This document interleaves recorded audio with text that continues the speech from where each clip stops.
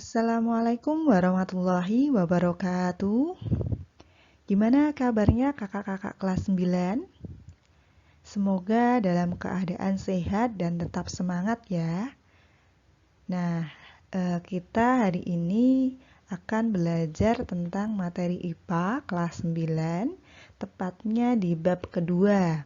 Kalau bab pertama kemarin kita sudah mempelajari tentang materi sistem reproduksi. Materi yang kedua ini masih ada hubungannya loh sama materi yang pertama. Kalau materi yang kemarin kita membahas tentang sistem reproduksi.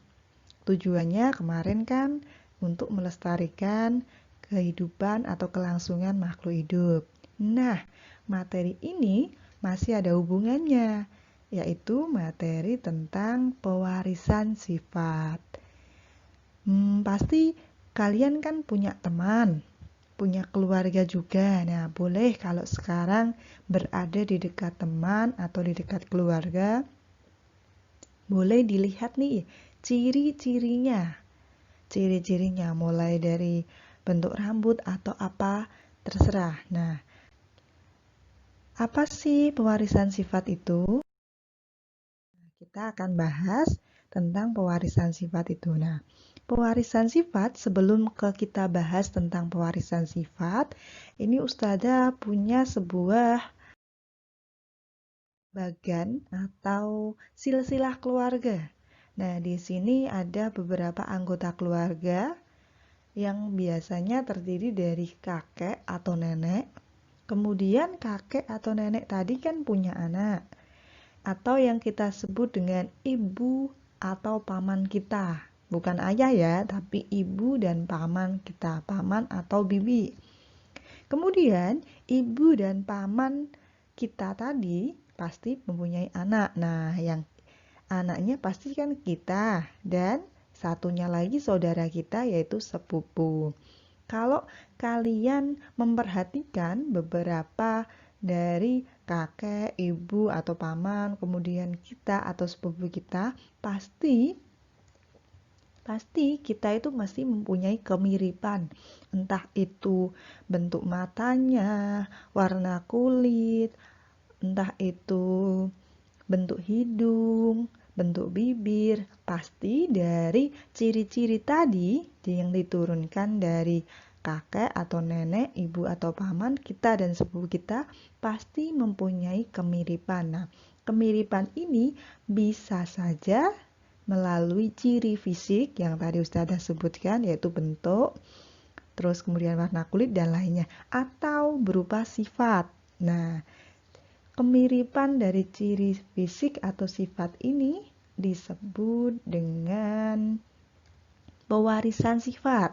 Jadi karena tadi dari kakek atau nenek kemudian turun ke ibu atau paman, nah yang selanjutnya yaitu ke kita atau sepupu, maka hal tersebut dinamakan dengan pewarisan sifat.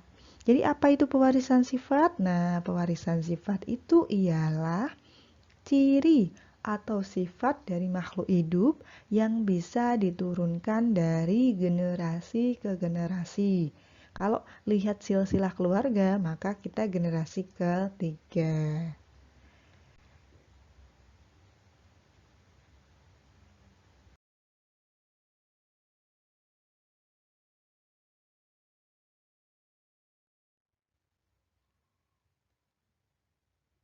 Nah, asal mulanya sifat itu dari mana sih? Kalau misalkan ini ada seorang anak laki-laki, di dalam tubuh kita itu kan terdiri dari beberapa sel, banyak sekali sel.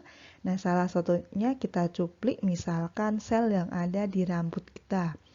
Di dalam sel atau di dalam inti sel tadi akan ada yang namanya sebuah benang atau kromosom. Ini namanya kromosom.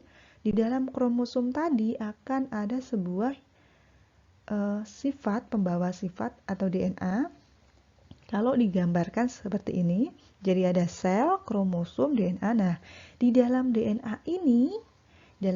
ini ada sebuah cuplikan, bukan sebuah, banyak buah, namanya gen. Nah, kalau dilihat atau susunannya itu sel, kemudian di dalam sel itu ada kromosom, di dalam kromosom ada DNA. Nah, DNA ini adalah, di dalam DNA tadi ada sebuah gen. Nah, gen ini adalah pembawa sifat atau pembawa ke sifat turunan tadi. Nah, penurunan sifat ini asal mulanya dari mana sih? Contohnya seperti ini. Apa saja sih sifat yang diturunkan? Contohnya ini, dari ayah nih, misalkan ayah, kemudian ke anaknya, yang diturunkan itu bisa ciri fisik atau ciri sifat ya. Contohnya ini adalah bentuk alis, kemudian bentuk bibirnya, bentuk telinganya, warna kulitnya bisa, atau warna rambut dan bentuk dari rambut. Nah, dari mana asalnya? Nah, asal dari pewarisan sifat ini yaitu diperoleh, misalkan ini ayah. Dari ayah, ayah ini mempunyai ciri-ciri fisik, yaitu misalkan di sini bentuk matanya bulat, kemudian warna kulitnya putih, dan bentuk rambutnya berbentuk lurus, kemudian warnanya coklat. Ini sifat dari ayah ya. Kemudian kalau misalkan si ibu ini punya sifat atau punya ciri bentuk matanya agak oval, beda dengan ayah tadi, bentuk matanya agak oval misalkan. Kemudian bentuk rambutnya bergelombang dan warna hitam. Dan kulitnya berwarna kulit coklat. Nah, dari dua sifat ini atau dari dua ciri ini, dari ayah dan ibu, masing-masing mempunyai ciri yang berbeda, mulai dari rambut, bentuk mata, kemudian warna kulit, dari ketiganya ini berbeda. Nah, kemudian ayah dan ibu ini memperoleh sebuah keturunan, yaitu berupa anak kan. Nah, anak ini ternyata si anak ini mempunyai ciri matanya berbentuk bulat. Tadi mata bulat milik si ayah. Kemudian rambutnya lurus berwarna coklat, berarti masih ciri si ayah. Dan ternyata warna kulitnya adalah warna kulit coklat yang merupakan ciri dari si ibu. Nah, ini dinamakan dengan penurunan sifat atau sifat atau ciri yang diturunkan dari generasi.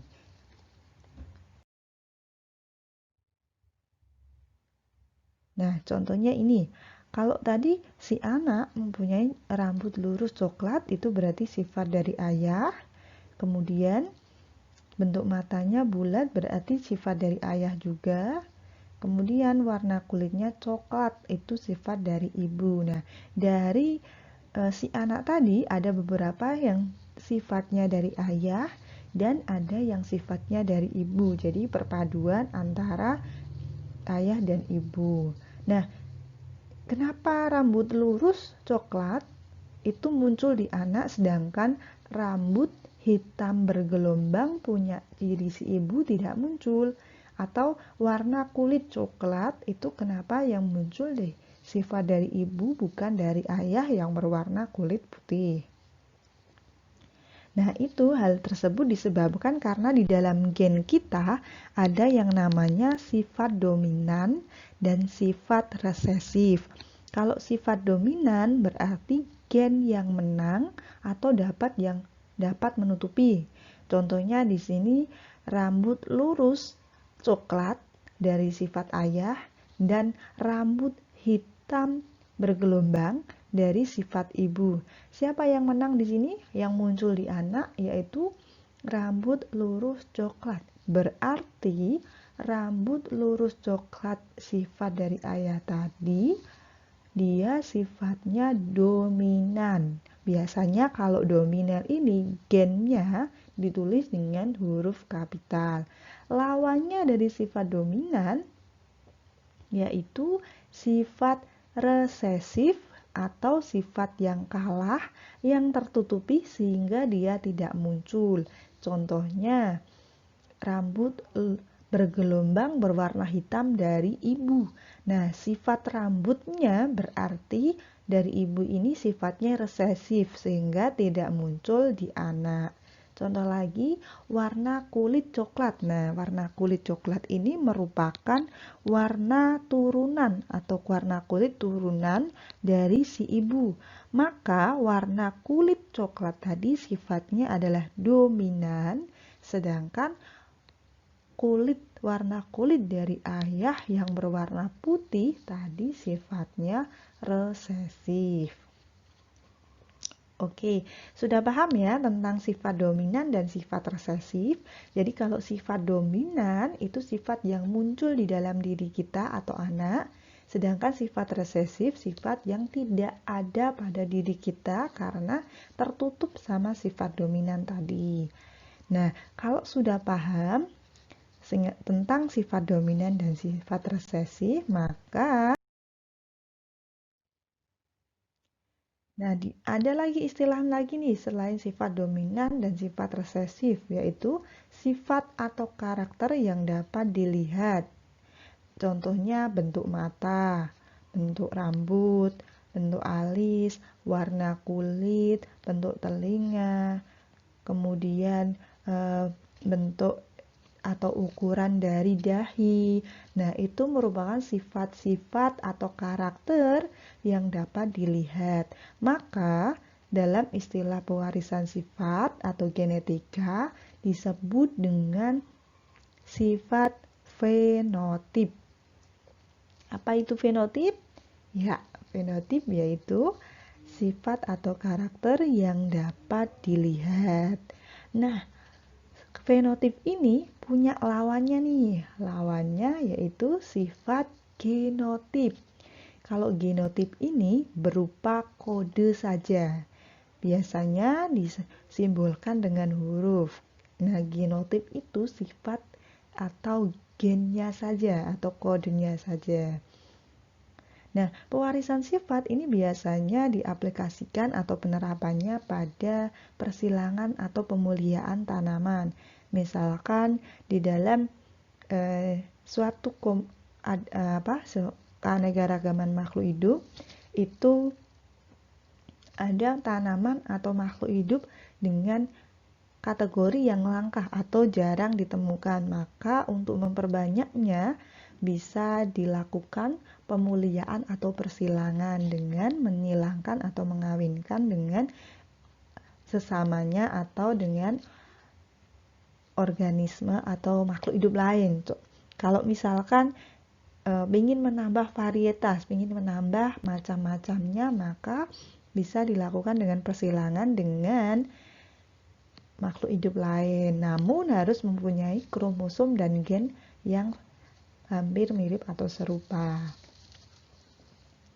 Nah, contoh penerapan pewarisan sifat ini misalkan pada tanaman, misalkan pengen menambah varietas atau jenis baru. Misalkan di sini mawar merah disilangkan dengan mawar putih, maka akan dihasilkan keturunan. Nah, ini ada mawar merah dan mawar putih. Misalkan pengen menyilangkan, apakah benar hasilnya adalah warna merah itu atau hasilnya warna putih atau mungkin perpaduan dari keduanya. Nah, kalau ini bisa kita hitung dengan sistem peluang. Contohnya gini. Jadi tadi kita mau bersilangkan mawar merah dan mawar putih. Nah, langkah yang pertama yang harus dilakukan yaitu menentukan gennya. Tadi misalkan di sini warna merah sifatnya dominan terhadap putih. Apa tadi sifat dominan? Iya, sifat dominan tadi yaitu sifat yang menang atau yang menutupi dari resesif. Maka yang muncul nanti adalah sifat merah. Kemudian langkah yang kedua yaitu menentukan tadi gennya. Karena sifatnya merah tadi sifatnya dominan, maka warna merah di sini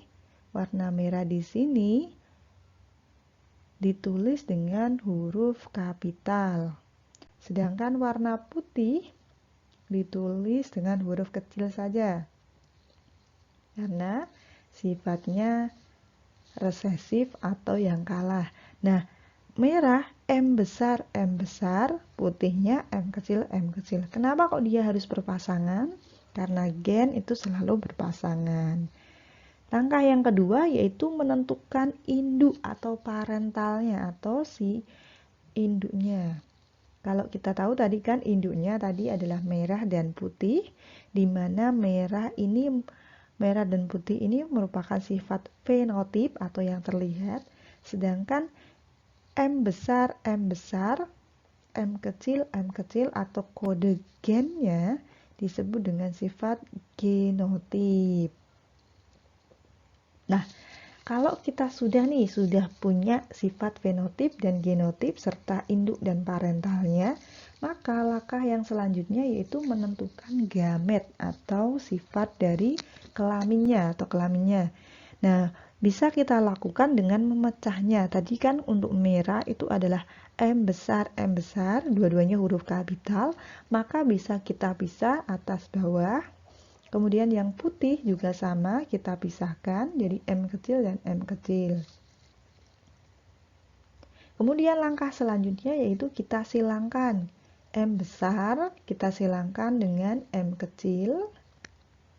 Ini langkah yang pertama. Kemudian langkah yang kedua, kita silangkan lagi M besar dengan M kecil yang kedua. Langkah yang ketiga, M besar yang kedua disilangkan dengan M kecil. Kemudian M besar yang kedua disilangkan dengan M kecil yang kedua. Maka akan dihasilkan M besar M kecil, M besar M kecil, M besar M kecil, M besar M kecil. Jadi keturunannya M besar M kecil tadi adalah genotip. 100% fenotipnya berwarna merah. Tadi kan M besar merah dan M kecilnya putih. Karena sifat M besar dominan, maka yang muncul di keturunannya berupa fenotip yang berwarna merah. Nah, ini untuk keturunan pertamanya atau F1. Nah, gimana kalau misalkan F1 ini disilangkan lagi? Kalau misalkan F1 disilangkan dengan sesamanya maksudnya di sini adalah F1 disilangkan dengan F1. Misalkan tadi kan ini F1-nya atau induknya tadi kan M besar, M kecil, M besar, M kecil. Ini pada induk kedua. Nah, dari dua-duanya ini punya gamet yaitu M besar dan M besar.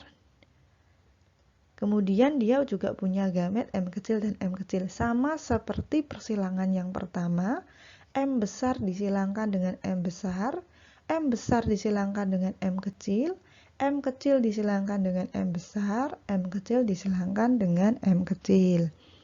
Maka akan dihasilkan gamet yang kedua. Nah, hasilnya adalah M besar, M besar, M besar, M kecil, M besar, M kecil, M kecil, dan M kecil. Nah, dari sini ada sedikit perbedaannya. Jadi kalau kita menyilangkan M kecil dan M besar, seharusnya kan M kecil yang berada di depan. Namun karena M besar tadi sifatnya dominan, maka M besar ini bersifat menang atau yang menutupi. Sehingga yang menang atau yang huruf kapital itu selalu berada di depan. Contohnya ini M besar M kecil. Maka hasilnya adalah M besar M kecilnya 2 kali dan M kecil. M besar warna merah, M besar M kecil warna merah.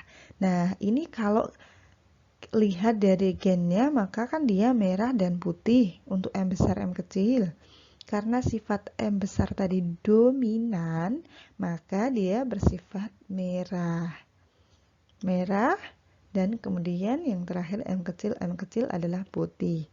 Berarti keturunan kedua pada F2-nya tadi adalah kalau kita buat perbandingan genotip, M besarnya 1, M besar M kecilnya dia 2 jumlahnya, dan M kecilnya jumlahnya 1. Kalau dibuat rasio perbandingan presentasi, maka M besar itu jumlahnya tadi perbandingannya 1, bandingkan dengan 4. 4 ini dari mana? 4 ini dari seluruh keturunannya. Jadi M besar tadi 1, M besar M kecil 2, M kecilnya 1. Berarti keseluruhannya ada 4. Sehingga perbandingannya adalah perbandingan persentase M besar 1:4 kali 100%, sehingga hasilnya adalah 25%. Sama untuk yang kedua dan ketiga dengan mengambil perbandingan dari genotipnya. Nah, yang kedua yaitu perbandingan fenotip atau sifat yang muncul. Tadi sifat yang muncul dari hasilnya adalah merah dan putih. Maka di sini adalah merah banding dengan putih. Berapa merahnya? Merahnya ada 1, 2, 3, ada 3. Sedangkan putihnya hanya 1. Maka untuk perbandingan dari fenotip ini, merah, tadi perbandingannya 3 dibanding 4 seluruhnya kali 100% sama dengan 75%. Begitu pula dengan yang putih, karena putih tadi hanya 1 saja, maka 1:4 kali 100% sama dengan 25%. Jadi ini contoh atau perhitungan untuk pemuliaan atau persilangan pada tanaman. Hal yang sama bisa dilakukan kepada makhluk hidup lain, contohnya hewan. Namun harus dari kelas dan ordo yang sama, jadi harus dari jenis yang sama. Misalkan mawar dengan mawar, kemudian misalkan hewan dengan kucing dengan mempunyai hewan dengan karakteristik hewan yang sama, cuman berbeda dengan sifatnya saja.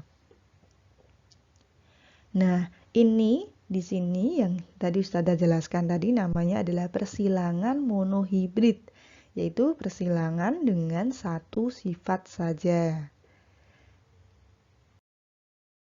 Nah, kalau kalian sudah paham, what must you do? Yaitu dengan mengerjakan modul pekan 5 pada halaman 2. Nah, di halaman 2 itu ada 3 buah soal. Kalian pilih 2 soal saja yang dikerjakan, kemudian hasilnya difoto dan dikirim lewat WA, dikirim japri saja. Oke teman-teman, kalau misalkan ada yang mau ditanyakan bisa langsung japri ke Ustazah. Kalau misalkan tidak ada yang ditanyakan, maka Ustazah harapkan kalian melihat video ini dan mencatat yang kalian anggap penting, karena kalau tidak dicatat nanti akan kesulitan untuk materi selanjutnya. Terima kasih teman-teman, semoga tetap semangat. Ustazah akhiri, wassalamualaikum warahmatullahi wabarakatuh.